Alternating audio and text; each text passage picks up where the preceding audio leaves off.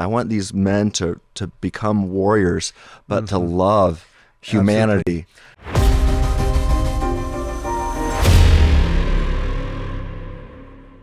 Do you have any thoughts on how we as a culture can embrace masculinity in a way that leads to human flourishing? Because that's should be all of our goal, is that we should use our manhood, our masculinity for human flourishing. Man, there's so many things I want to say based on everything you just said right there.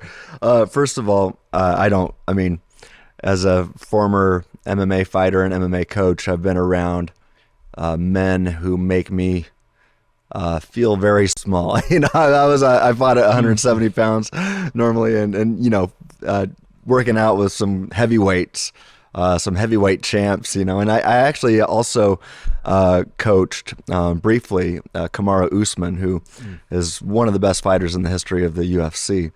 So being around some of these athletes and these guys that I just look at as, wow, God has created them and knit them together in such a way that I could never compete with them.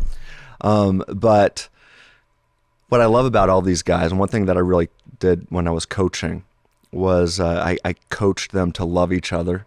Even when we were fighting, sparring with each other, I would coach them to hurt each other in practice, but not to injure, to take care of each other and to love each other. And also that they knew they could go out there into the octagon and fight with freedom, because they knew they were accepted and loved as a person created in the image of God. Wow. And their acceptance wasn't based on their performance or how many wins and losses they had. That's amazing. And so because of that, our guys could go out there with no pressure.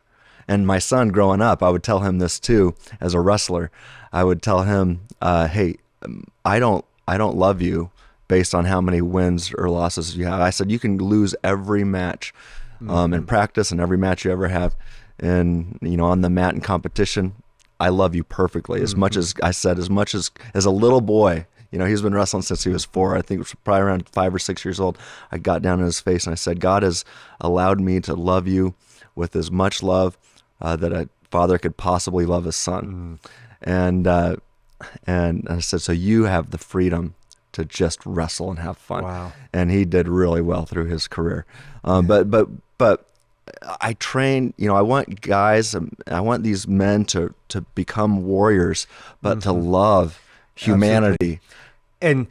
And one thing I've told so many people when I tell them about you, that I've never heard someone argue with so much love as you do, because you do these debates, and I've seen you engage with people on Facebook, and you bring logic and argument into this, but you do it to love your neighbor. And that's what bringing the truth and creating human flourishing and fighting, being a warrior as God designed us to be, should lead to human flourishing out of a love for your neighbor.